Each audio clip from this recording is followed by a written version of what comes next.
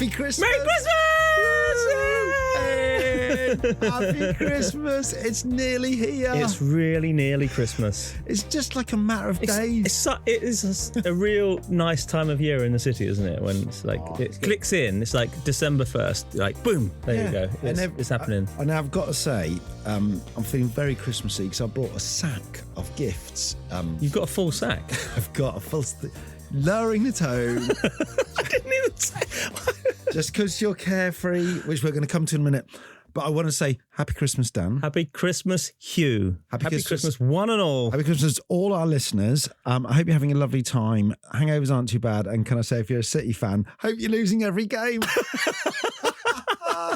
Sorry, that's pathetic. Now, one of those was at the hands of us as well, which is hilarious because we're shit. No, but you killed them. Oh, we demolished them. Yeah, and but we should have been 3-0 down at half time. It was like it was the other way around. Don't forget, I'm married to a City fan, so yes, it's wonderful on a footballing sense, but it's not so good, on the home front. Yes, and I'll just leave it there. God, it's your imagination. Hence the full.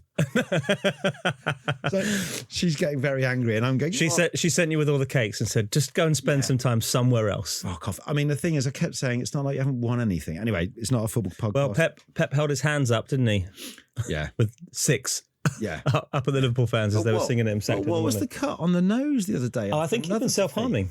Yeah, that was. Okay, he did it on the side of his head as well. Anyway, off the football. Happy Christmas. So in front of us, listeners, we've got mince pies. We've got 2 shop crackers. Bought mince pies. Yeah, I was going to buy them to make them. You sent me a photo of flapjacks. I know. Where the fuck are the festive flapjacks? Fucking hell. God, punchy. Look, and again, we're going to have to there's an announcement in a minute why Dan has got so much energy. He turned up on his own laptop for the first time in about 3 years. It's my iPad. I've always had my iPad. Anyway, so we'll get to this. Today's special because it's looking back on a great year. Yes, a great year. It's Christmas, that's special, but Dan has got some news. And actually, this is fairly big and, mega. So the mic is yours, big fella. Tell us what's been going on. I am. Drum roll. No, I left Grand Visual a week ago. Wow. Yes, after 20 years of building and. Seriously, 20 years? 20 years. Fucking hell.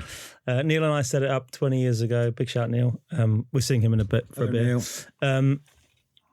Yeah, it was a big decision. Has it been on the cards? It's been on the cards for a while. I just need to broaden some horizons. I think one of the great things we've always talked about this with the podcast is the creative oxygen that we get from doing this, meeting other people, and seeing a world beyond the borders that we work in each week on our day jobs is really important for us as creative people.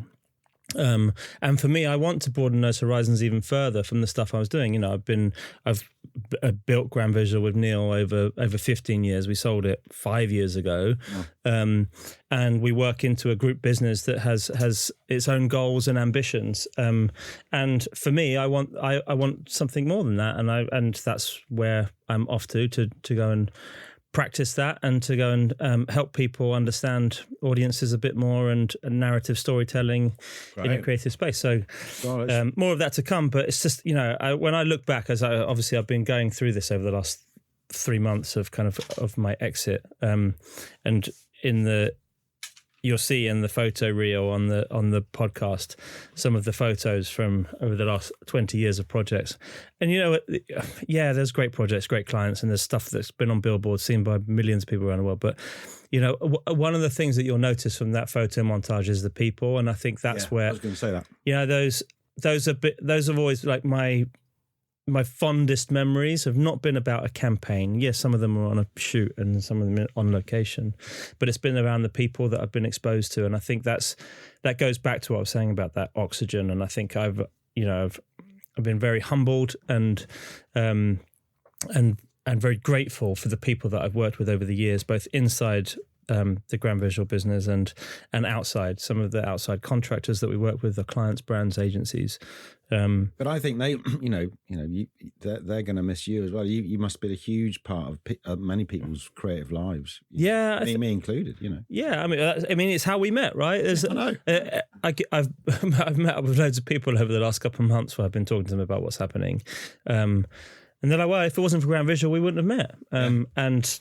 and that's really important. But I'm a big believer in the fact that lives intertwine no matter what happens. Whether you make your own path, right? And I think if it wasn't for Grand Visual, you and I would have met another way, because we're like-minded souls, and we do what we do, and we talk to the right people, and as Rick said on my LinkedIn post, we relentlessly push creativity, and those people end up rising to the top. They are the settling pint of Guinness, right? They are the cream on the top of that. By the way, you've mentioned Guinness. Yes, because we're going to go drinking after this, aren't we? But I think, I'm honestly, joking aside, I'm just sort of blown away by what you've done and what you've achieved, and it's ace to be part of your journey, but very small part. But I think it must be an amazing feeling what you've done, but then also like, right, what now? Because I suppose I did that a little bit a while ago, where I'd sort of start pursuing other things like this and writing a book, and and it's sort of slightly mind-blowing. It's fucking scary. Honestly, like day one, when the access to the email and everything shuts down, after the exit, obviously there was a period of time, there's a kind of emotional send off from the team. They very graciously took me for a few shandies, but a week later, the email's off and the team's messages are off, and it's actually it's surprisingly liberating. I've never had a career break, as it were. I've never had more than a couple of weeks on holiday since Neil and I started the business 20 years ago. So it's really nice to wake up in the morning and not rush back from the school run and go, right, got to get on the morning call and find out what's going on. You get used to it. Working in bed at like 9:15, going, I'm just going downstairs now. I am doing something else. But you kind of, it's fun and exhilarating. And also, you can't turn I found you couldn't just turn the tap off of that kind of energy and purpose. No, and I've put it into. We live in an incredible location for just walking, and we walk and be amongst the trees, because I find there's a energy in that I really enjoy. So now after the school drop, it's like, oh cool, let's go on a little 5 miler and a cup of coffee, and then head back and you might pick the phone up to me now and again. No, I'm not too busy, mate. No, I mean, I'm busy. I've got stuff to do. Yeah. Right. Well, listeners, that's a brief snapshot into two blokes talking shite with the instead of for a week or two. But that's what I've been up to. So, so we think 2025 might be interesting. We'll leave that to the end of the show about what plans Dan has got for me. Yeah, don't change it. I'll find some other things to keep us busy. Don't worry about that. But actually, it does take us to another main point. Talon and Grand Visual have been long-term sponsors of this podcast, and keep the lights on. It's the studio, it's the time, it's the editing, it's the hosting. So we, as part of this, we will be looking for new sponsors. So some of you out there may get an email or two into your inboxes requesting some keep the lights on money. But if you know of anyone, if you're interested, please do get in touch. Our emails are on the website. Yeah. But I think it's really important, the work that we have done. We're 80 odd episodes in for our industry, and keeping creativity going for the out of home space is really important. Yeah. So if you are a media owner or a specialist or an agency interested in this space and want to have access to some of our amazing listeners and the community, then they should get to hang out with me and Dan. I mean, that's pretty good. I'd pay. That's priceless. That's what Rach does. She does a monthly thing to just hang out with me. Yeah, well, she puts it in your diary. Half an hour. Right, let's talk some work. Yes. So we're going to go through the best work of the best. And we've got a choice at the end. We've got a poster of the year, and we've got a couple of run-up. Are we going to argue about it? I don't think so. We might have a little debate, but I think the top three we love. And there's an agency of the year, and then there's some more slightly sillier awards. Should we start with a cracker? I'd live on air. Do you want me to pour your cracker? Is that what you said? Yeah, you're who's lowering the tone? I win. Oh, fucking up. Oh, that smell of gunpowder on that one. See, we better do two because I'll need a hat. Is there a hat? Have you got a hat? Joke. Spurs. Sorry. Wow. I've had that. You didn't like that. You could have said the Spurs defence.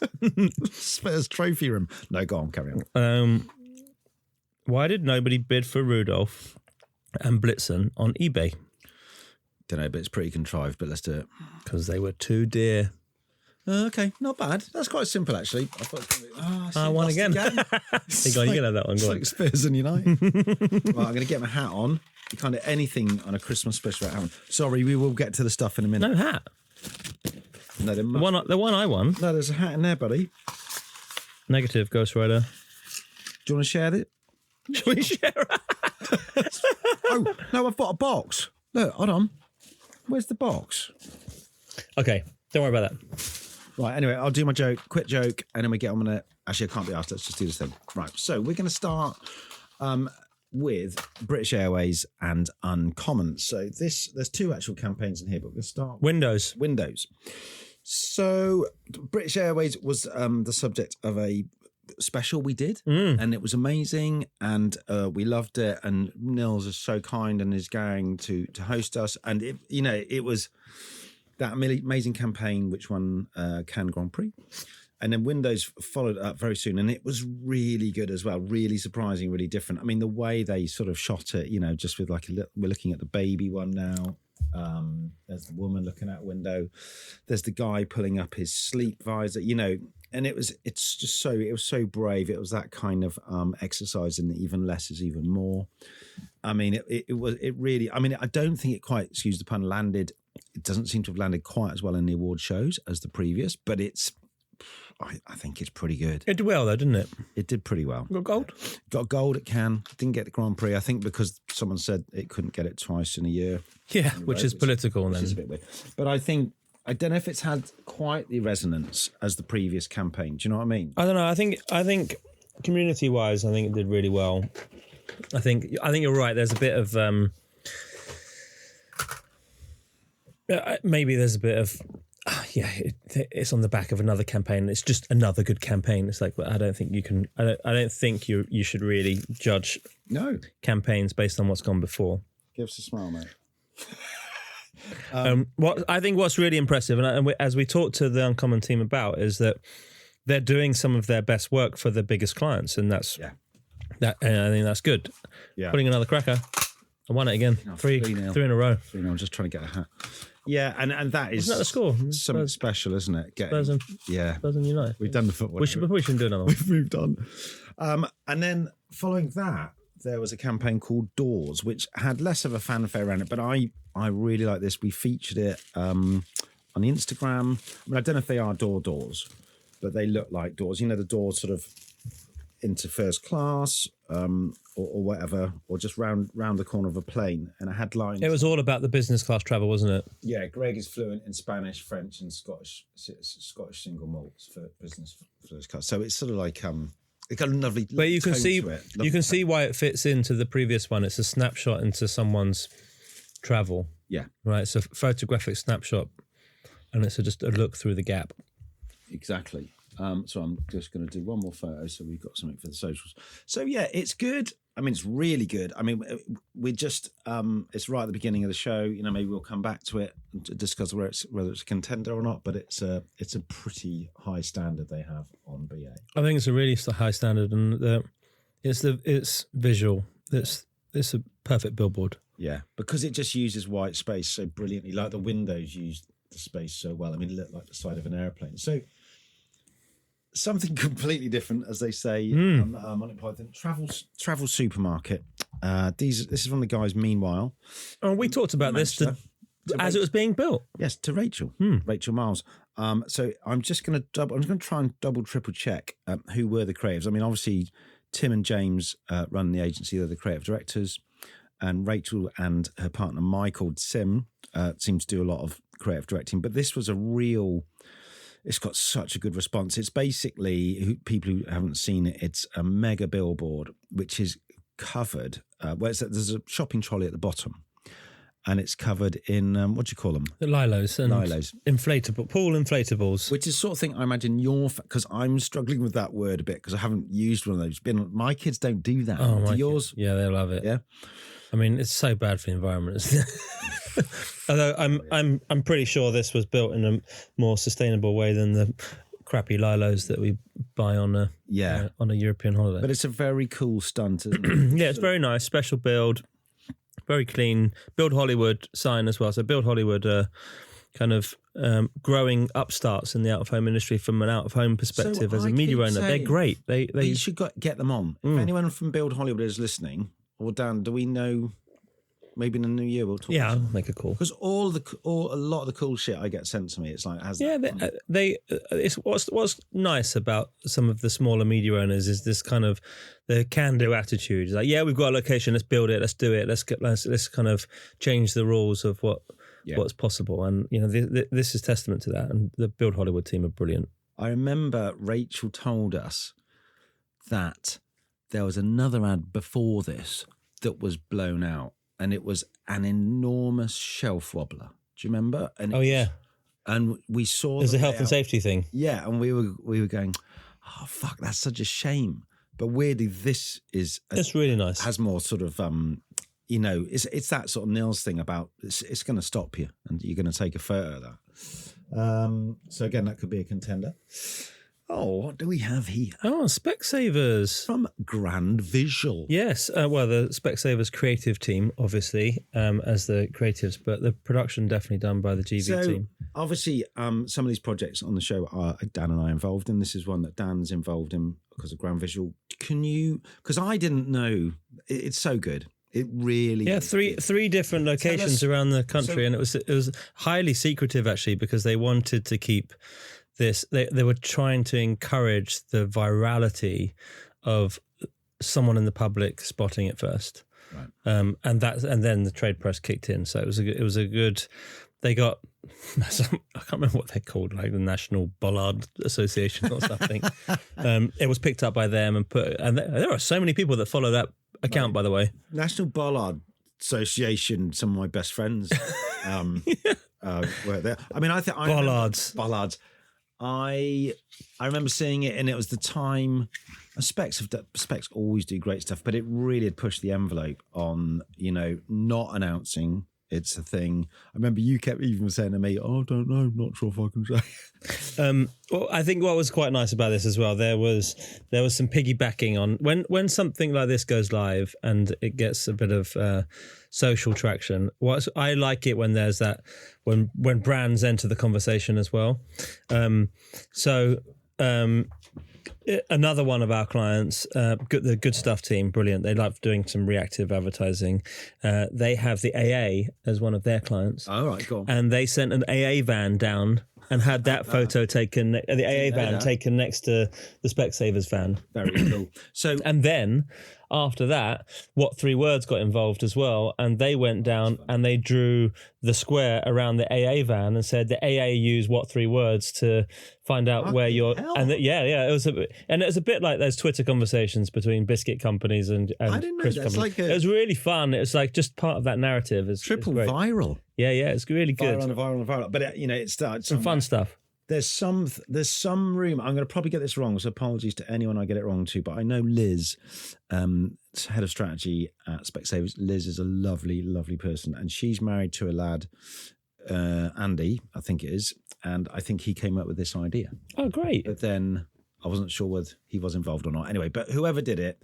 And those people, it is really good, and it's so well executed, mate. It really is. And I think part of the challenge was just finding the right locations and getting permissions for the production team to do that. I wasn't personally involved in it, but some of my former team were, and there was panicked calls at 4 a.m.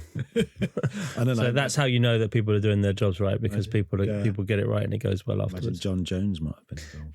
Jon Jones wasn't involved. It was a different team. So we're going to go... Not enough tech for John to be... No, I was going to say a little bit like sort of stuff I do. Like, basic stuff. It's logistics. So we're going to go a bit global now. Yes. And again, I'm going to have to sort of slightly pass to you. Last night, I loved the Alien Romulus stuff. I remember seeing this and just thinking, fucking hell. It's interesting, this, because very, it's not traditional out of home. And I mean, obviously, I spend a lot of time in the US for work, and I'm fairly tuned in to the out of home industry there and what happens. So when something out of the ordinary happens, whether that's a stunt or something outdoory, it generally does very well, because 99% of the stuff that you see in the US becomes wallpaper. It's a 2-week in charge or 4-week in charge. Right. And it's not as digital as the UK market in terms of infrastructure. You think about how vast the US is as a whole. Yeah, obviously New York is, and LA is more and more digitized. The big cities, Chicago and Miami, there's huge digital screens. But in Austin, Texas, there's fewer, and so in innovation wise, there's less of it, but it's bigger. So there's some really cool special builds that happen on bus stops around the country in the US. Chicago's a great spot to do that stuff in. Where was this? Was in New York. Yeah. So for those who haven't seen it, it's basically people. It's almost street theatre, really. Yeah. And they've got, what do you call that thing? It's like an alien is sucking their face. Yeah, sucking their face. Face sucker. So they've paid some actors to be part of the stunt. And so they've got classic Out of Home on taxi tops and billboards. And they've paid some actors to have their faces sucked by the alien. And they've passed out. And they sat there, were photographed. Those photos went viral. They had the right people there. It's a really simple thing to do, but I just love it as an idea. It's like, it's fairly low rent in terms of the cost of it, but it just elevates the standard Out of Home that they've booked, which is good. There's no branding. There's no real colour. It's just like, what the fuck happened here? And immediately you're in. And you can tell these things happen. And it used to be, it blew up on Twitter, or X as it's called. But now it's Reddit. And if it blows up on Reddit, community-wise, within the alien community, it did phenomenally well. They were like, I want to see this. I want to go down there. And people went down there. We're reaching out to the alien. Yeah. Can I ask? I couldn't find out who did it.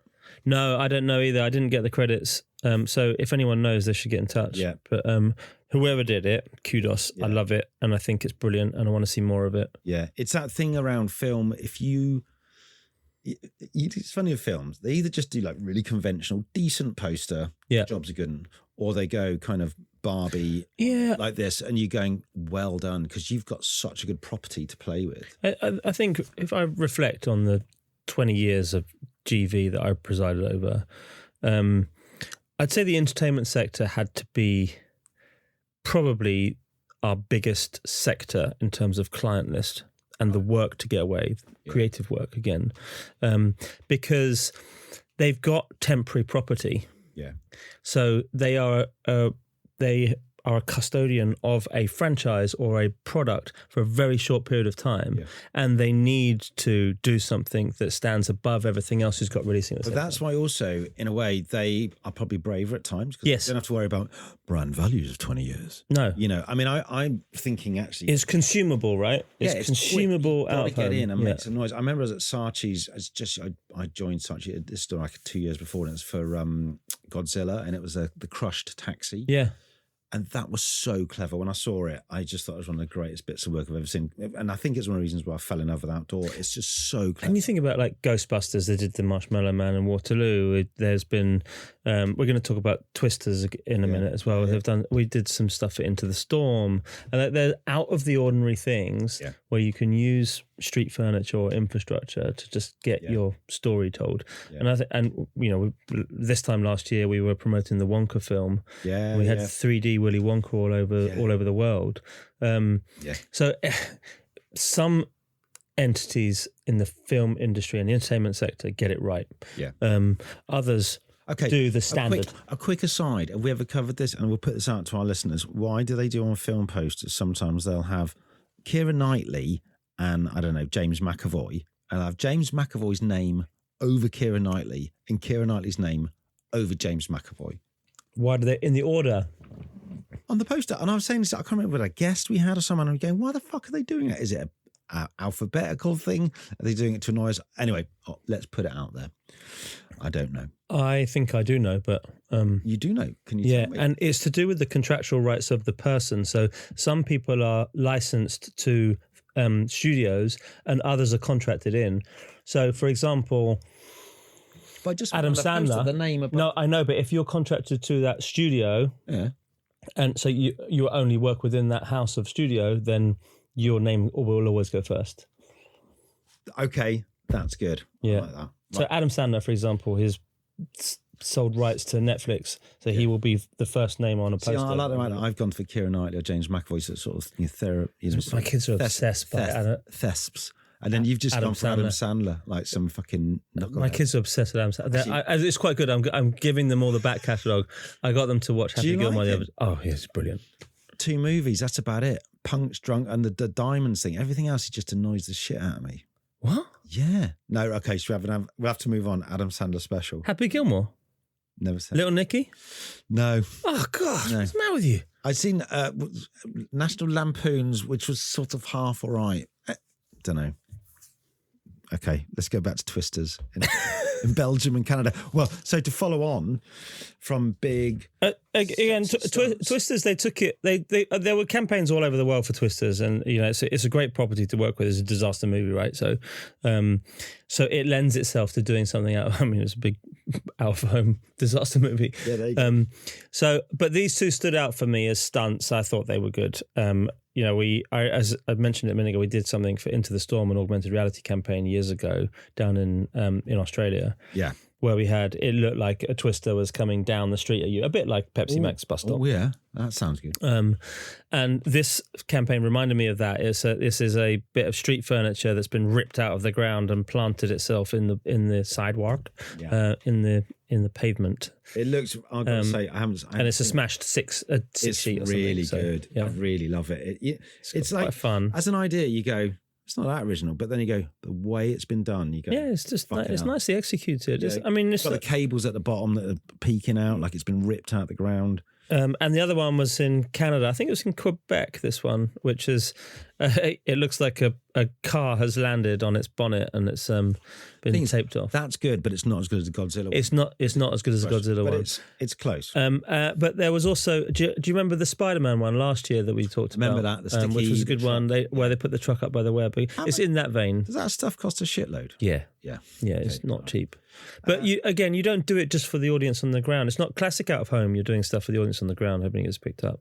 This is doing stuff. It's in the PR stunt realm. I've got a good friend, Dan Douglas, and he hates out of home stunts. Right. Yeah. Hi, Dan. I know you're not listening because you hate this because we talk about stunts all the time. Is that he why doesn't he the like swear word, the stunty cunty stuff, Dan? I hate it. Oh, stunty cunty. Oh, that's gonna stick now. Okay, so I love it. I think like a good stunt. I don't like a stunt for stunt's sake. You got to have an idea, right? No, a stunt for stunt's sake is not really why it's there. And fair play to Twisters. They spent a crap load of money across traditional out of home. So they did really well. We're having a joke interlude. How does an Eskimo fix his broken home? That's no idea. He igloos it. Hell, that's a freelance creative. You reckon? Writing those has had a bit of a bad week. It's a thankless task, isn't it? Writing cracker jokes. I don't know. I always have this debate when we have this thing called Christmas Kickoff with Johnny Forsyth and Richard Stagg and their families, and we say the jokes, and then we all go. We literally go, who's writing these? Is it someone we know? Is it someone around the corner? Is it AI? No. Is it AI? Anyway, right. Let's do one more in the global stunty cunty category. No. Dan Douglas. Thank you, Dan Douglas. IKEA Sunshine Billboard. So can I just say something really quickly here? Yeah. And of course, everyone says, oh, I had that idea. But I remember being at Neverland about a year ago. But this is the same as modern art, right? Oh, yeah, I could have painted that. But you didn't. But I just want to say... Someone else did, right? So when we were at Neverland and I was working with the guys there, and there was an idea for sunlight in a city. We talked about it. But one of the ideas was how do you redirect sunlight around a city? And we were going, why don't you get a massive fucking mirror so you get sunlight going, so it's to extend your Copperbird drinking time. And it's annoying because it's one of those ideas we had in a list and go, yeah, I don't know how to do it. And then you see the IKEA Sunshine Billboard and you go, oh, fuck. someone did it. So you kind of go, it's sort of reassuring. But do you remember when we were looking at, there was like, that we had the idea of like a billboard at a right angle, creating shade for people and stuff like that. We looked at all these things and like, oh, someone's done it. L'Oreal had done it for some age-defying cream or something. Yeah. You're like, okay, like, are there any original ideas in this space before? Or are they just original executions? And that's the... Is there any point to this podcast? Yeah, should we just stop? Stunty cunty stuff is done. Get to the pub. It's very good though. I mean, I think it's basically a mirror with it's just held up in the city. What's it held off? I don't know, but it's reflecting. It's on a robotic pole. It was really smart, and it goes back to. Do you remember we talked to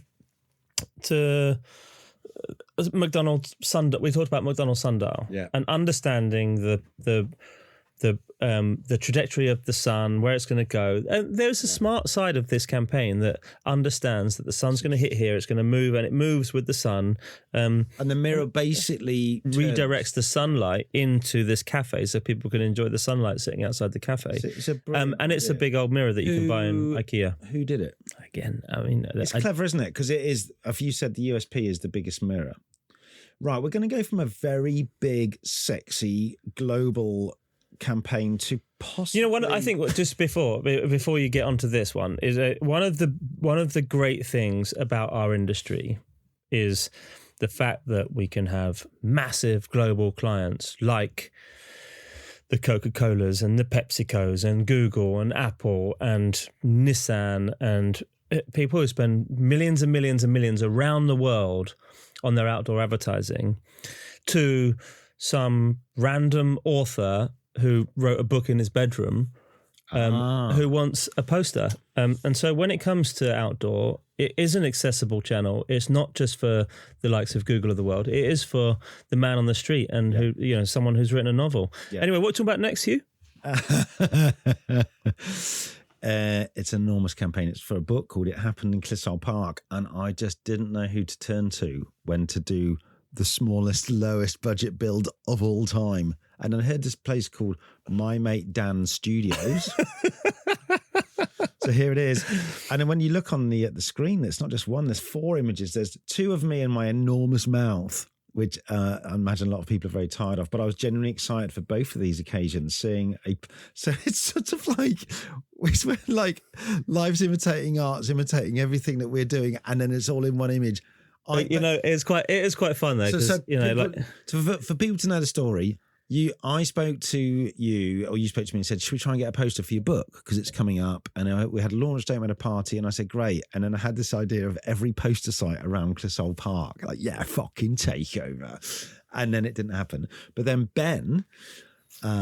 Clear Channel Ben Hope. Thank you, Ben, you superstar. Did manage to get us a couple. A bit of street furniture, yeah. And then we had someone to design. Tell me how you put it together then, mate. What did you come up with first? I took a photo in my garden of your book that you'd signed for me. No, we talked about it. And I think that, again... no matter how small the advertiser is, the beauty of this stuff is it can be addressable. And this is a passion project for you, so you were very, very close to it. And I watched you... Hence the not very adventurous headline. Pour your heart out over writing this book and getting it to that. It is... Honestly, this is a triumph for you. This is like... I know how hard it was for you to get this made. And so to offer my services as a designer for your poster was an absolute honour. Well, the invoice is in the post, obviously. Yeah, obviously.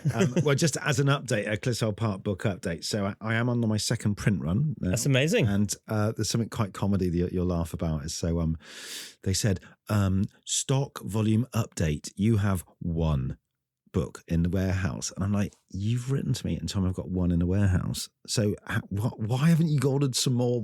I just go out my mind. So publishing doesn't quite work as efficiently as advertising. Right, okay. And they think we're all working half an hour a week.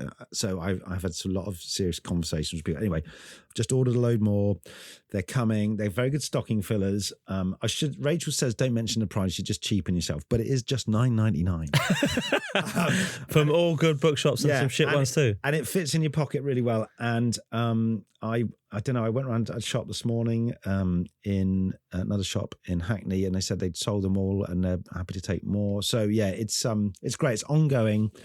Anyway, the headline was... The headline is... What does it say here? Get lost in your local park, and then the title of the book, it happened in Cliffside Park, and at the bottom, at bookstores and online now. And we've just done a Christmas ad for it as well, so you might it's see that. Really different. So what it is, the grass is frosted. I tell you what, listeners, what's quite interesting is seeing Hugh go from a partner to a client. It's horrible, isn't it? It's really, and I watched myself. I did a couple of iterations for him, and we went back to the first thing that I went with. But you know. And my brother-in-law was asked to take photographs, and they were rejected as well. Anyway, client, agency, creative, co-founder, Euros. Let's talk football. Let's talk football. We haven't talked football for a good 20 minutes. Yeah, that is a bit of a record, right? So the Euros. It was the year of the Euros. We came very close again. Fucking Euros. Yeah, I did. I'm not an anti-Garether. I'm not a huge Garether this time around. I think we should have changed a bit.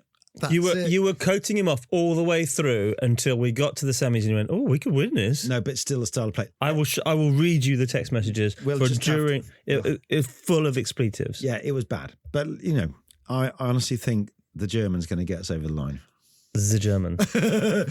But it was a great summer. I had an interesting story about that the other day as well. Okay. Apparently Pep was lined up for the job. Right. And? Well, he couldn't extract himself early from his contract. No. And then they offered him a crap load more to stay on. So, Tuchel was always the backup. Well, thank God. Carsley was never the option. Thank God we never got him because Pep's a busted flush, clearly. Yeah. They could have just waited for him to be sacked at Christmas and they could have had him. Yeah. Oh. Well, you could have had Eric Ten Hag even earlier. I mean, I love it when the football's on because, joking aside about England, I just love the fact that there's just loads of football on the TV and you can come home at any time of the day or night and go, it's the third or fourth game. Yeah. And I think we've got 3 or 4 campaigns to feature. The first one is from ITV Creative. I thought it was really good, this. It sums up the mood of a nation during a major tournament. Yeah, I think it. Sorry, and I've just got to credit.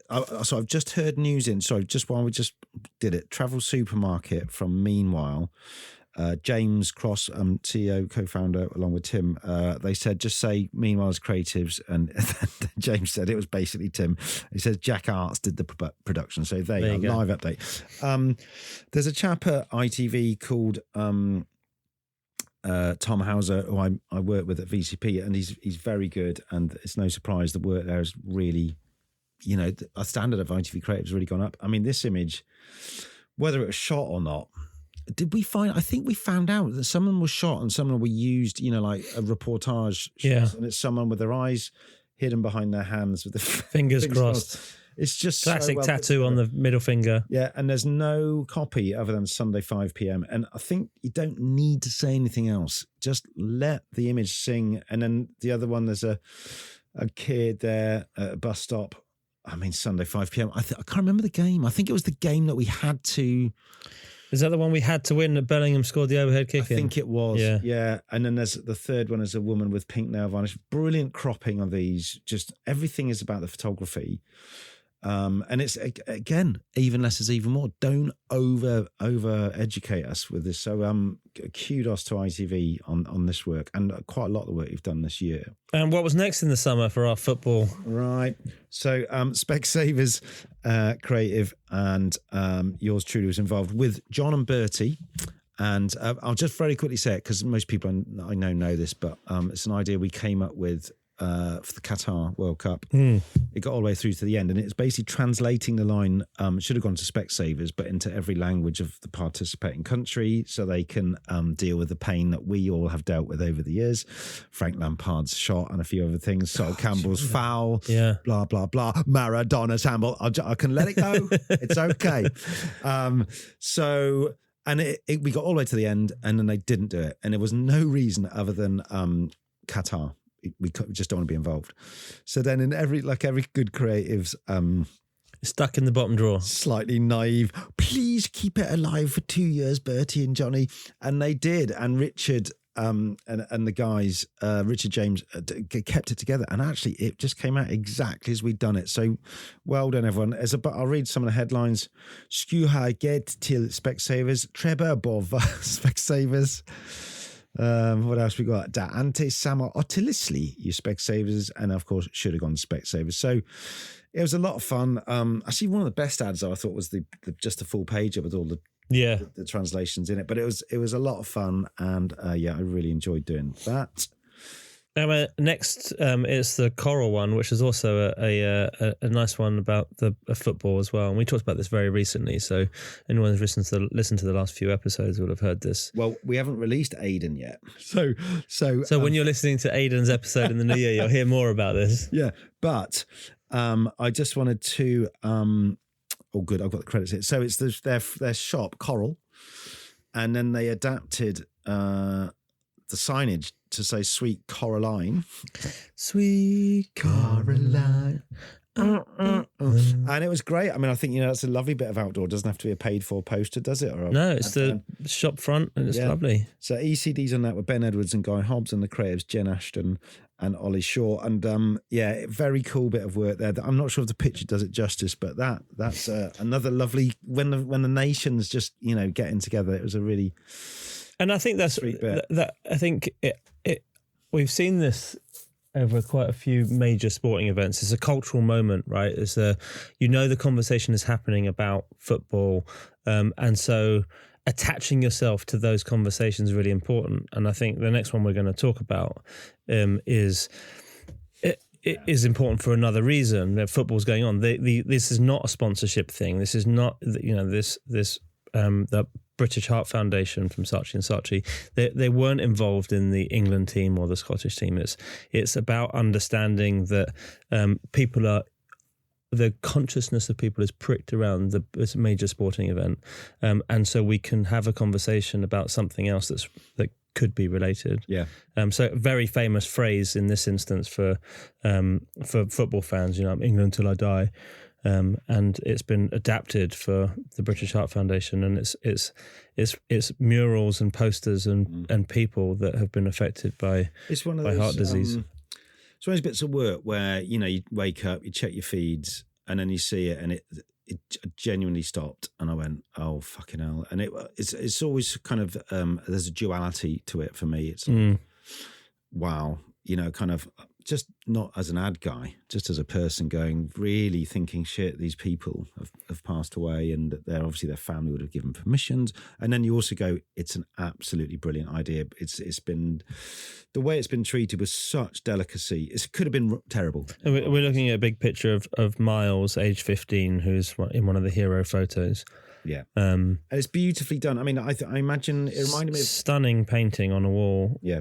It reminded me of Calm a bit when they did the figures and they got the family's permission. Mm-hmm. If you're going to do something like this, you've got to be all in, and that means involve everyone. Don't, like you say, don't treat it like something any different. And I think it resonated. It just went everywhere. I mean, obviously it's going to win all the awards, but it's beyond that. I think it's way beyond awards. It's such a brilliant, poignant campaign, and I'm hoping it'll change people's behaviour. Yeah.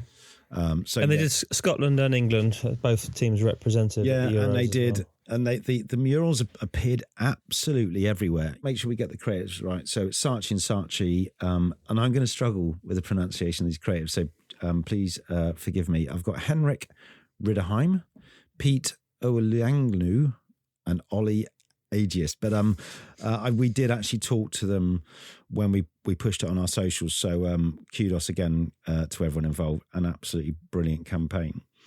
We're going to stay in a slightly sort of poignant space for another campaign, another brilliant campaign from Calm. We just mentioned actually. This is from Adam and Eve DDB. And it was for the amount of people who's missed birthdays. So there's an incredible fact, something like close to 7,000 people, close to 7,000 men, who don't ever get to their 21st birthday, the missed birthdays. And so they had something like 7,000 balloons in this space to signify it. So it's counterintuitive. It looks really bright and beautiful and really stunning. But there's a poignant message about it and about men's mental health. Yeah, and it's really, really tough. And the poster campaign was incredible. Yeah. I'll just read one of them posters. Sadil didn't get to celebrate his 20th birthday. He is one of 6,929 young people who have taken their own life in the last decade. together we can end youth suicide. Okay, sorry, yes. So it's youth suicide, not just male. But yeah, I mean, the standard on this account is incredibly high. And every year, it's an opportunity to make waves. So congrats, everyone, again. I've just got some credits here. Rick Brim, CCO, who's setting up his own agency soon, away. Ant and Mike, of course, we know them, they're ECDs. And creatives Jay Perek and Forrest Clancy. So well done, you guys. So we're getting towards the summer in our sort of timeline. Have you seen what I've done there? Yeah, I mean, it's brilliant. I love it when you do this. I did actually think I love your fastidiousness around timelines as well. Yeah. So, and another sort of charity, another thing not to be taken lightly is the Sunshine. So, hands up. I worked with these guys for quite a good time, actually, at Neverland. Andy and Rich, and so did you. We did a couple of projects with them. I'd worked, actually, probably this time last year, I was working before they came to sort of set the place up and make sure everything was ticking over. You laid the foundations for their great work, didn't you? Let's face it. Yeah, pretty much. I mean, no, not at all. I was just literally the night watchman, but it was it's brilliant. Like I said many times, I loved working at Neverland. It's one of my favourite places. Yeah, the great team over people. There. And Rich and Andy had this idea about moles on the skin.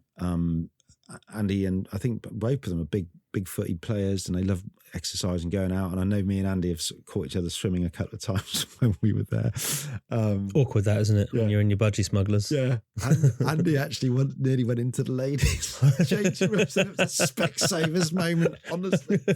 Anyway, but the images of the moles are very cleverly sort of art directed to look like a footballer, a swimmer, and someone on a bike. And the headlines are great. So football can kill, swimming can kill, cycling can kill. And it's this subline, check and protect your skin from melanoma this summer. Melanoma Fund. And it's just so well done. It's just classic posters. I mean, really nice. I have to say, I don't know why these weren't in campaigns posters of the year, which were out today. There's quite a few, I think, bad omissions. I mean, it's, it's just our point of view. It's just someone else's point of view, right? I know, but I think we're better. We're all entitled to our point of view. But I thought this was great work, and it had a huge sort of following on LinkedIn for all the right reasons. So well done, everyone. James Day was involved as a photography. James was been on friend of the show. Show. Also, there was another photographer called Paul Blackshaw. Wasn't quite sure, but Paul, well done. And then the design skills, I just want to mention Simon Diltz, Chris Jones and Ben McKay, all people I worked with at Neverland. I'm sure they would have all had strong hand in this. So well done, everybody. Right. Are you going to say it, or am I going to say it? I'm going to say this because I think it's funny that we put it on our feed and it was flagged as inappropriate. And we lost half of the posts, and we both, obviously we share the account, and we got the flag on it that someone had, or maybe the Instagram algorithm had. So tell me what happened. What am I looking at? You're looking at a photo of what could appear to be a bottom. I was going to just look at you and say, "Great big hairy arse," and see what you said. But it's that's normally what you call me. So yeah, darling. It's a brilliant campaign, isn't it? It's so clever. Yeah. It's for prostate cancer. A prostate check isn't what you think. And so most people, I think, when they think you should have your prostate checked, is they think they're going to get something shoved up their anus. But actually, it's just a little prick in the arm. Yeah, and it's art directed, so you think it's a pair of buttocks, and it's not. And it's honestly, I think it's one of the best campaigns. And photography-wise, it's a picture of the crook of an arm made to look like a butt, obviously. There were complaints about it because people did think it was an arse. So, again, the Instagram algorithm pulled it down from where we were. Yeah, I think we'd posted it up. I can't remember what we had to do, because I think we had to say it was flagged as inappropriate by Instagram, and we had to. And our account was suspended.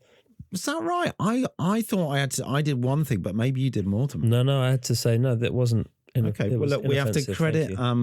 So thank you, TBWA Manchester, for getting our account suspended. Yeah, it was good. So Lisa Nichols and Gary Fawcett. So we're going to try and get Lisa and Gary on the show in January. They'll hopefully be with us next week. And art director Tom Holmes, copywriter Glenn Schofield, and photographer Sophie Harris-Taylor. So brilliant campaign. I think this is one of the best I've ever seen for education, because I very much in the target market, and I went to have my checkup this time last year, and it's always okay, here it comes, the old, and I finished. I went, oh, are you not going to? He said, no. He literally said, we don't need to do that anymore because a blood test. Yeah, the PSA level. Yeah. So thank you guys for that brilliant campaign. So heading towards the end of the summer. Yes. What have we got here, Dan? So this is Cornetto from There's one cornetto from Lola Malaloa Madrid. Just one cornetto, give it to me. Delicious. Oh yeah, it's beautiful, isn't it? It's really nice. It's, can I say, it's classic. Lola, Spanish, just wonderful art direction. The kind of shit it's really nice. We don't do enough of here. It has a sort of Brazilian air to it. The way it's been put together, it's so. There's just two elements. It's the label made to look like waves and water sports and summer, and it's lovely. And obviously we've all been there. You know, we peeled the cornetto back. I do like the fact that we're looking at in situ images of the poster campaign, and they're all next to the sea. There aren't that many poster sites that in close proximity to the sea. There is, but the posters are beautiful and they're well crafted. The rips of the cornetto packaging are perfect. There is a whiff of coincidence. Yes, a couple of those. But you know.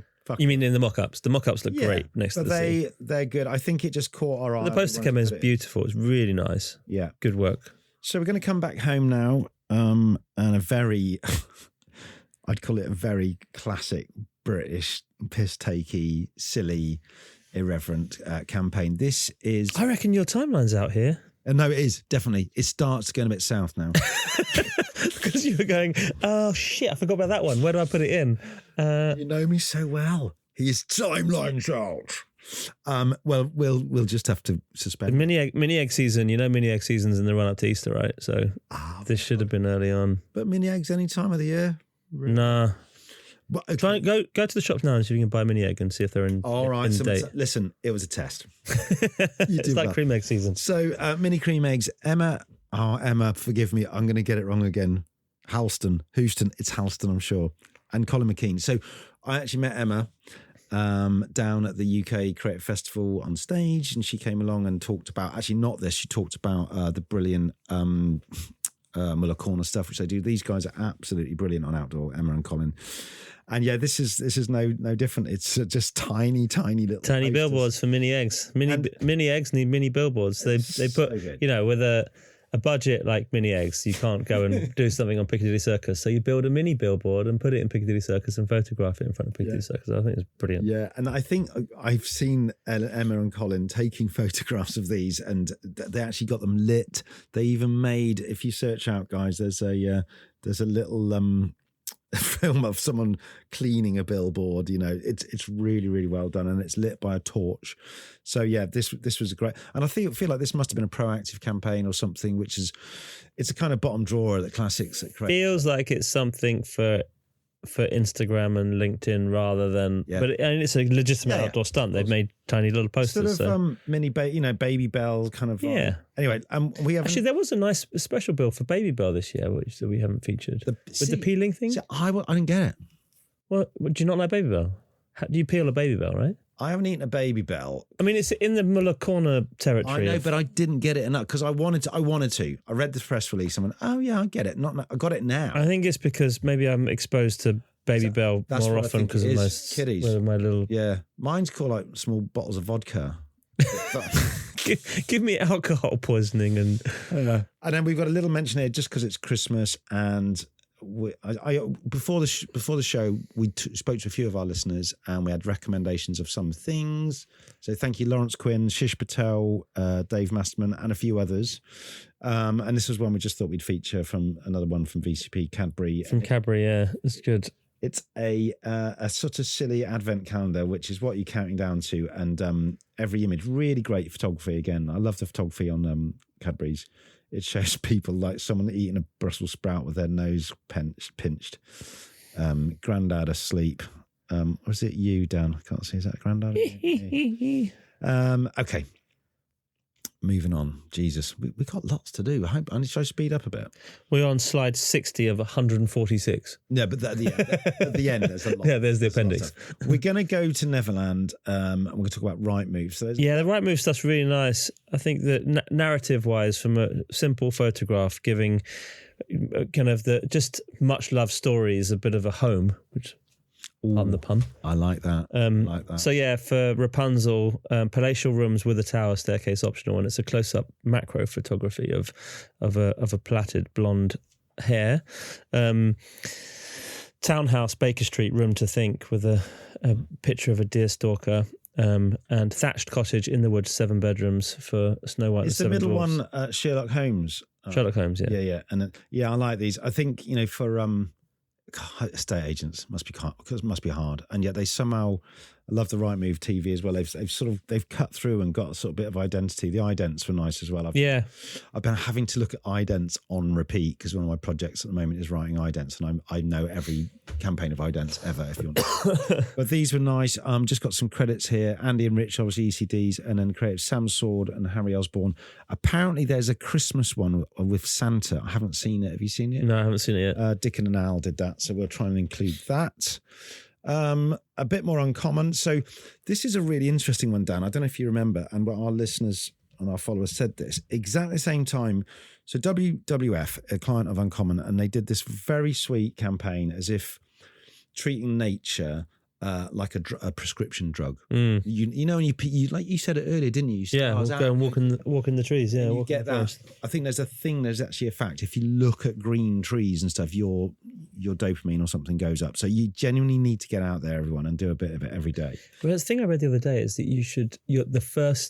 Kelly told me this actually. She listened to it on the podcast. The first light you see in the morning should be natural sunlight. Yeah.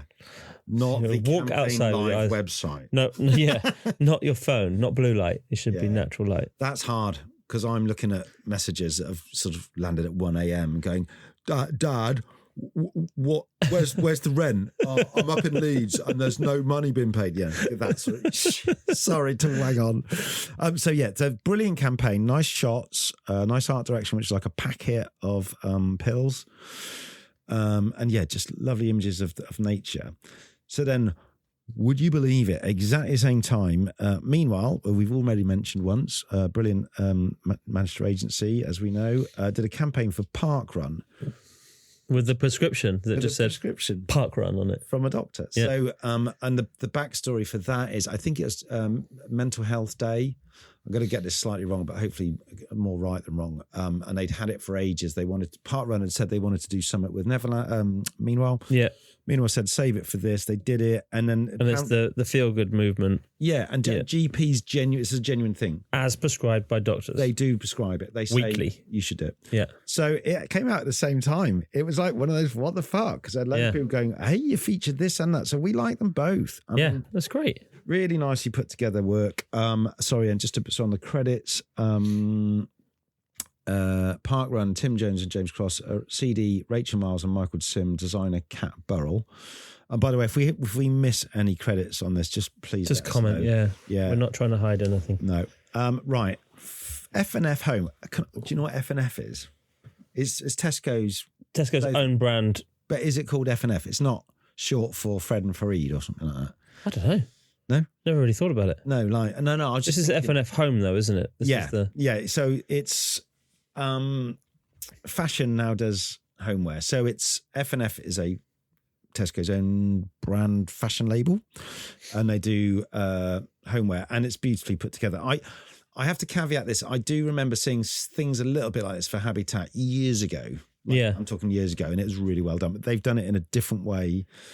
I think it's because it's an extension. F&F is their own brand clothing label, and now they're started to do homeware as well. Yeah. So they've extended it to homeware. Yes, exactly. So it feels like high fashion photography, studio shot with clothes made out of homeware. And it's really, again, it's one of those things like we talked about earlier. If you did it badly, it's going to be fucking horrible. But it looks like it's kind of, it's sort of, I don't know, it's sort of not quite Nadav Kanda, but it's the way it's been done is so simple. Yeah, it feels like a shot from a Vogue.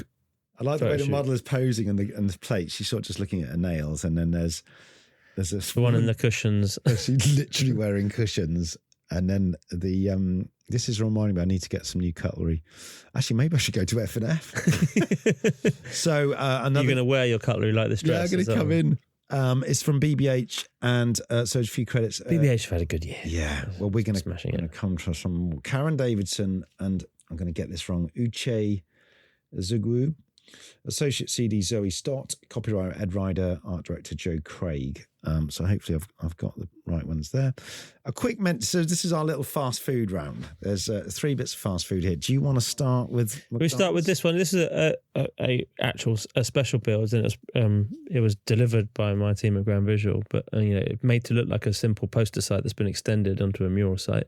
And the headline is like getting your money's worth. So it's a poster that's extended out of the bounds of the poster site itself. It's brilliant. Double cheeseburger saver meal $4.79. I think we saw this this is way back in January, and we put it on our feed, and I found out the Leo Burnett team is theirs. This is produced by us. Yes, Leo Burnett team. So it's James Miller's and Andrew Long, who we know well from the show, but the creatives are called Josh Merriam and Chanel Merriam. So could be related, could be married, could be siblings, could be neither, could be just a mega coincidence, could be cousins. That's it. We've covered them all. Anyway, well done, team. We love that. To follow it up, it's another kind of, hey, it's outside the poster gag, but this is different. But it's the thing. There's always room for more ideas. And this one was for KFC from Mother, and they did the Tower Burger, which is vertically gifted. A great line. If you can sort of distill your thought down to that, fantastic. So vertically gifted is funny. So you've got the 48 sheet poster. And a bit like the kind of Trevor Beatty, Pretty Polly legs, the poster's gone up. So they sort of wasted half of the poster on the right, but they get the other half up in the air. It's a really clever idea. Yeah, typography lets it down, I think. You think, a little bit at the top. No, that's my biggest gripe with the typography is not. Because you could have done that. It needed to be something a bit. Yeah, anyway, but it's a very, very, that's why I love media, like the McDonald's idea. It's where media and creative have really come together. And Dan is shaking his head, even more annoyed with typography. No, at the landscape one, it's vertically gifted. Yeah, it doesn't quite link as well. Don't do it on that site. It's just bad choice. I was not as happy with this one as you were. And there are it's just Mother's credits on that one. So, however. So we're now going to move into what we call Burger King. We talked about very big recently. Dog territory. Yeah, we talked about this recently. I love this campaign. So this is the campaign called Bundles of Joy, and I'm now just going to read something we've got on the internet just so people know. It's part of the food fulfillment platform that BBH have done for Burger King, which is a brilliant platform. And there are posters all over the country featuring real mums holding their newborns while eating a Burger King burger with clever captions stating arrival time, etc. So I've got to quickly put my hand up, and we have the right to change our mind as creators. Yes, we do. You and I had a text exchange about this. You went, "What do you think about this?" And I went, "It's fucking brilliant." And you went, "Oh." I wasn't sure, and I wrote to several, and so I'm very happy to stand corrected. But we joined the debate online as well. There was lots of chatter on this. Yeah. So I asked my missus. She wasn't either way. Rachel's very lucky because she had a pretty. Rachel. You said that you bought her some brown toast. Yeah. So Rach, just a piece of toast for me. Anyway, so I think Dave Masterman. I wrote to him and he said, Ali. Dave, I hope you don't mind me saying this live. He said she went for a Domino's pizza. Oh. And then I asked someone else. Kelly got a Macca's, yeah. Fucking hell. There you go. So, been educated, and because it's a startling image. I mean, really is a startling image of images. And I love the headline as well, just like arrived at, is it the baby? Is it the food? Is it and the shots are, I'm not sure if they're real or they've been shot. I don't know, but I don't really care now because it's sort of done its job.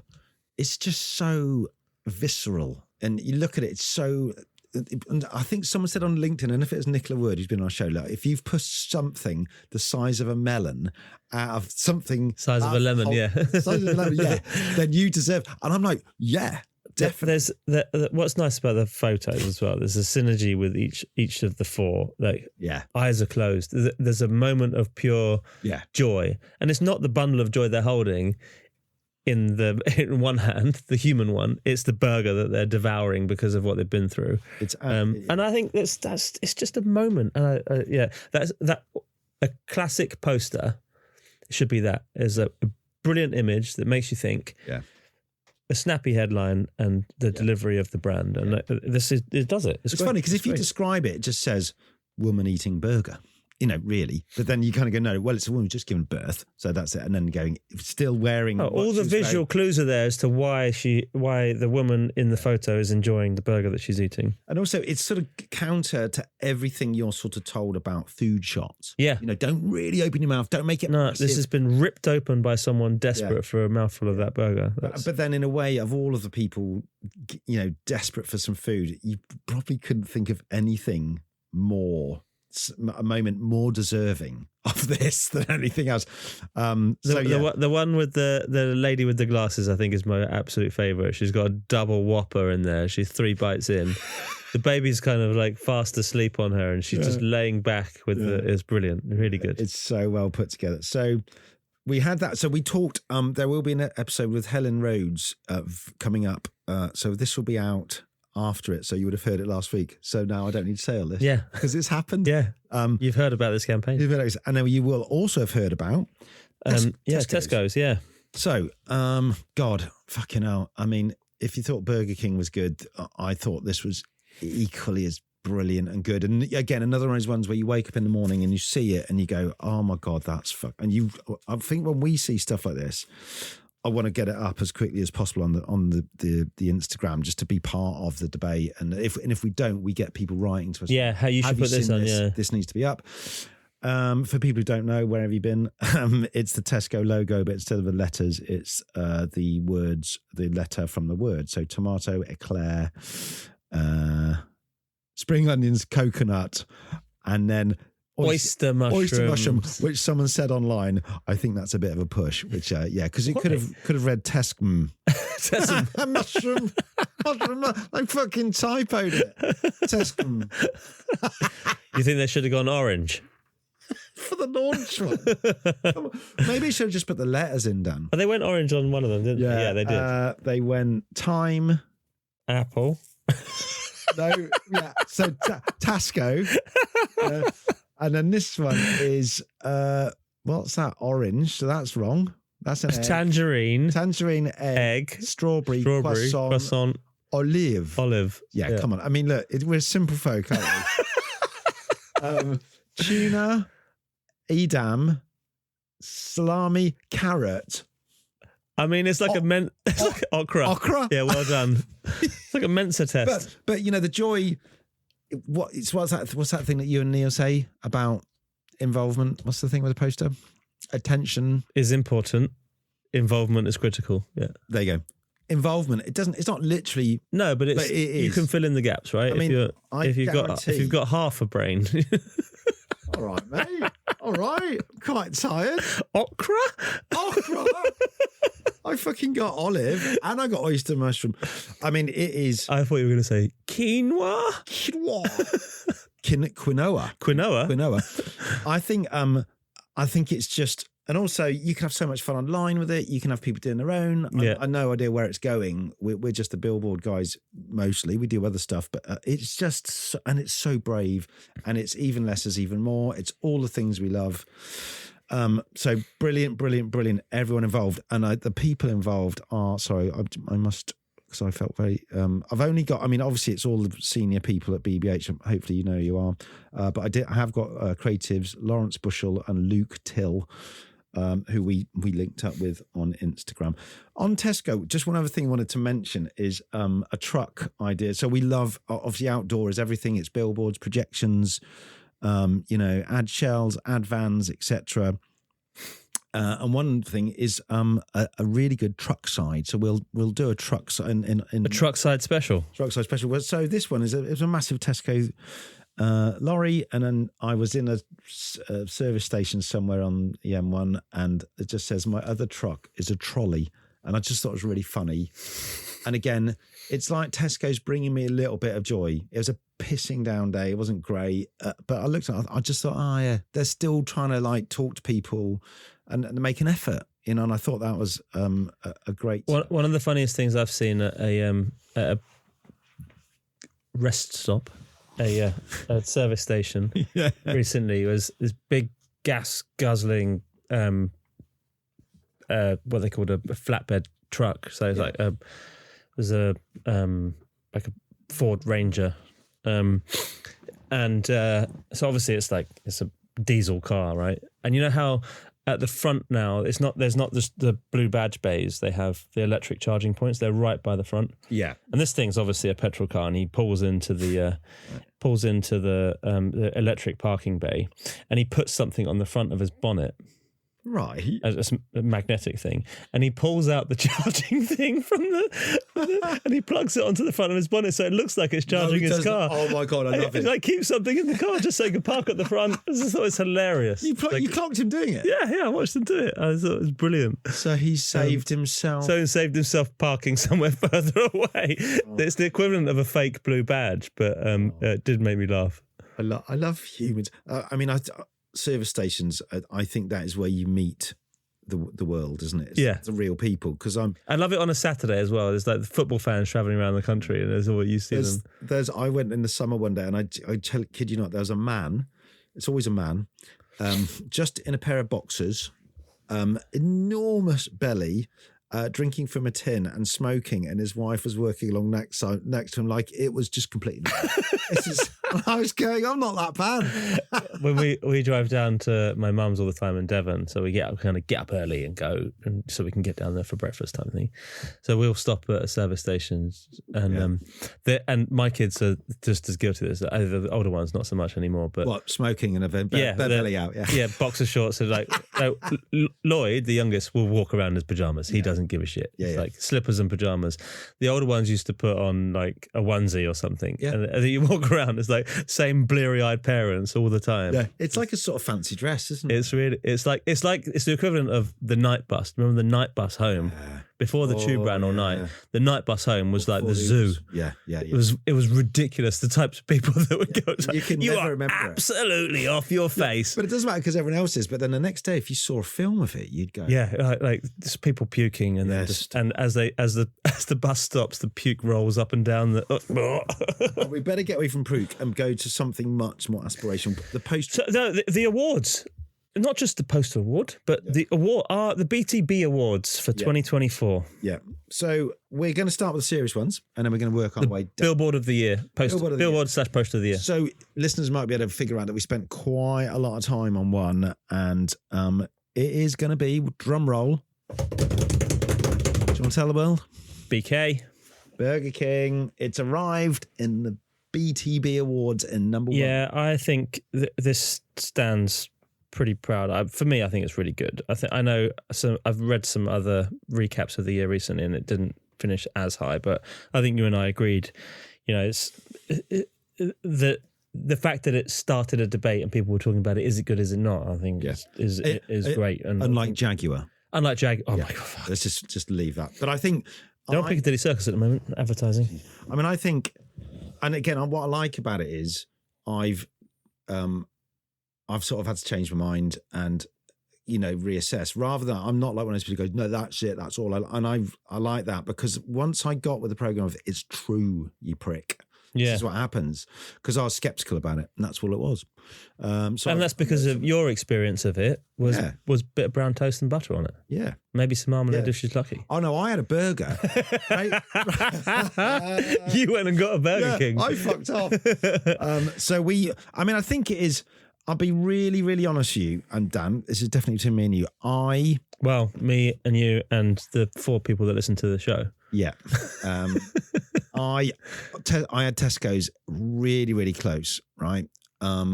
I suppose, I don't know why. I think when we had a chat the other day about stuff and you just viscerally went to it, I thought, okay, I'm just going to keep, because I think it has more, I suppose you could say Tesco, it's not a posh joke, but it's a play on what they have. And it is really good. I think it's a little bit more possibly for the advertising world, or people are driving past might not have the time. Whereas if you look at Burger King and in a split second, you go, wow. Yeah. Really. And whether you either love it or you don't love it, but you will never forget it. There was almost, if you look at the debate online as well, there's almost a gender divide on the people talking about it. So yeah, but there's also this salt and sugar thing, which I don't know if that's a bigger thing, but then you going, I don't know. See, we're getting into it now, but it's like people were going, oh, you're pushing burgers onto pregnant mums, going, that's what happened in the real world. It's not. Hey, it doesn't go, pregnant mums, have this straight away. Have one every day. Yeah. Like, so, but I think also, I think it stands above. I think, like you said, it isn't some people's top 10s of the year. It's not, but the thing I like about it, it's not glossy. It's not. It's a moment in time. It feels like a snapshot. It's a simple poster with a really strong and powerful message. That's good. That's why shouldn't it win? Runners up wise, I think Tesco's up there. I do think Tesco's up there. I agree with you. I mean, it's brave and it's bold of them to do it. And it's good. It makes you think. Again, allow the audience to take part and get involved in decoding, which is good. It endears you to the brand even more. And then we've put in England Till I Died again, I think the craft that went into this from the mural teams around the country, again, it's great. It's a staggering piece of work, so well done. And I think, going back to the other stuff that we've looked at, Dan Douglas, there is no stunty cunty in our top 3, so you should he'll be really happy. Dan Douglas is having a really large input to the Christmas. Okay, we're going to go to Agency of the Year. This is something we've started doing just a bit of fun, but just looking at the amount of entries that we've and I think it's also interesting to see what's happening, people-wise, the advertising community, certainly here in London, people move around, right? Yeah. And they get to put their stamp on departments and the work that's coming out of the creative department. And I think it's really important that we champion some of the great work that's happening. And whether that's, for us, and the stuff that we talk about here, that's all about out of home. What agencies are really championing out of home and doing great work in this space. Yeah. And I think this year's winner is BBH. And I think it's unequivocal. We just talked about 2 of the most iconic campaigns of the year, unreservedly, are Tesco and Burger King, and they are really big clients. Yeah, to do that sort of work on those is. That's what we said about Uncommon last year when they're doing their best work for the biggest clients is the moniker of a great agency. So hard, and I think we just there's a little montage here we've put together, but it's Tesco, it's Burger King, it's also F&F Home. I mean, that was beautiful. It was the truck we've just talked about. There was another campaign did for Burger King. Didn't quite make as much noise, but it was on National Burger Day where they happier. Yeah, they ripped off a bit of their McRival and made a different message. Again, then I'm sure there's loads of other BBH work outdoor, but this stuff is just cream. This is not even like not nice stuff to have. It's proper. So well done, BBH. The people we know there best, Alex and Helen, but obviously there's loads of people involved.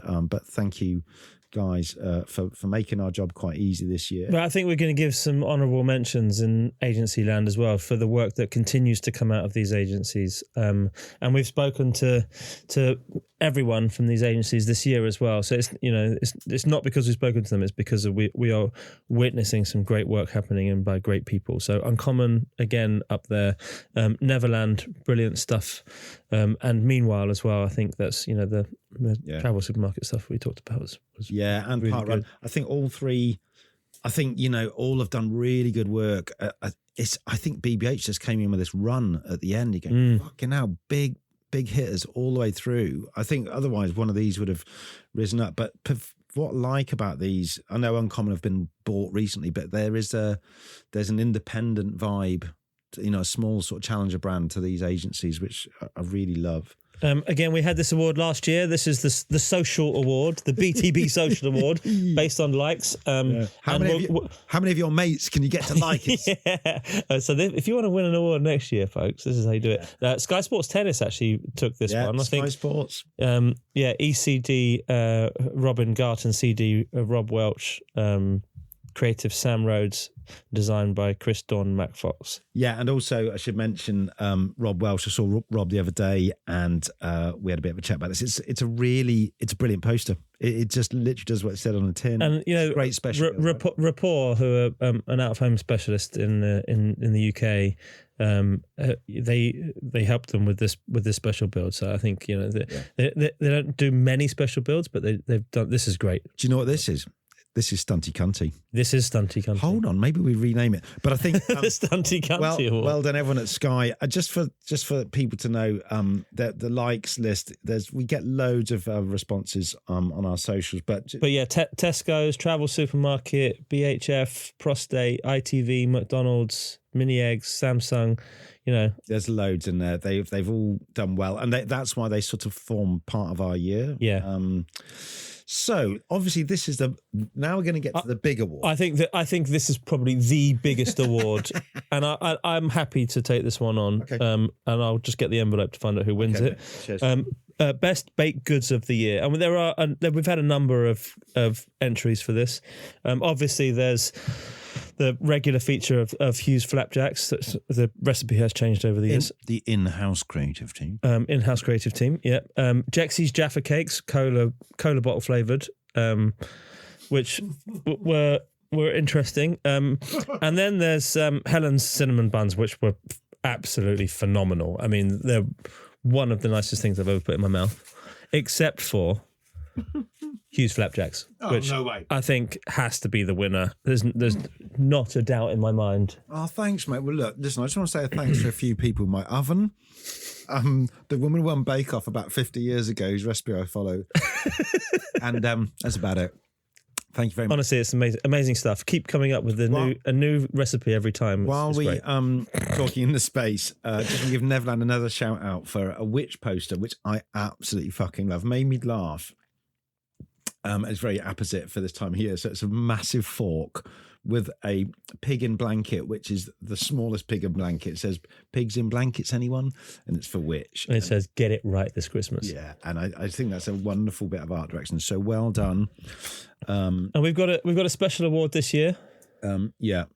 I'm just going to give the credit for this. Sorry, I've become a bit obsessed with credits. I don't know why. Because you keep getting text messages from people going, "Why didn't you take my name out of your show?" Paul Yule, Gary Arnold, Dickon Driver, Al Wilson. There you go. We have an outstanding contribution award to this podcast. This is quite big, isn't it? This is really big. It's but it's not just any. It's the Jon Jones Award for outstanding contribution to the podcast, and the winner is. But the thing is, you and I sit here and talk shit all the time, right? And we eat flapjacks and we meet lovely people and we talk about the work. But someone has to go through this, and they edit and they publish and they do some of this stuff, and they do all of this in their own time. So the Jon Jones Award for outstanding contribution to the podcast goes to Jon Jones. Yes. Now, John's. Do you know what? It's funny because obviously, having worked my exit from the business, Right. John and I have been very close for years. I hired him straight out of university, and he's always been one of the go-to people in the business and industry that you can go and say, "John, I've got a challenge for you. I want to do this," and he goes, "Yep, I'll do it. I'll work that out," and he'll go and figure it all out, whether it's tech. Whether it's creative, whatever it is, he's Mr. Fix It, not Jimmel. And also I think I've brought a lot of joy to John's life because of my lack of digital skills. So one time the other day he said, "Did you really take a photograph of that?" Then screenshotted it, then took a photograph of the screenshot, and then took a screenshot of the screenshot, and I went, "Yes, I did. What's wrong with that?" And one of my funny memories I think is John has to walk off. He watches you operate your laptop, and he says, Oh, is that how you do that? So, yeah, Jon, thank you for everything that you do. Our listeners are eternally grateful. We are. They never hear from you, but your work is tireless. We are. Do you want to take my photo? Because no one ever takes I have to do all my own selfies. Have I got my hat on? Yeah. Sorry, I'm going to have a picture of Jon Jones. All right. Right. Okay. So I think we've got one more award.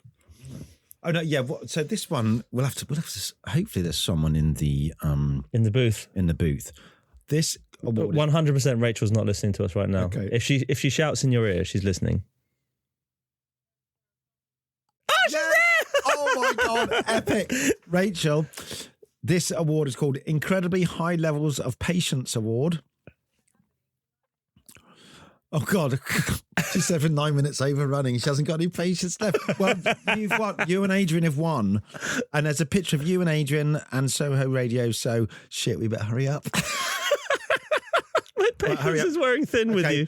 Shit, okay. And then the last image is Billboard bloke. For the last 20 years, it's Dan Dawson. That's me. We talked about it at the beginning. We don't need to. But once again, Dan, fucking amazing tenure. And I'm very much looking forward to the next 20 years with you.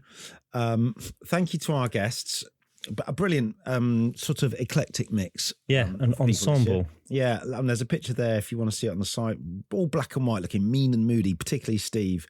And Helen's there. Helen's the only one. No, Helen, they have heard Helen. I'm so thick. Okay.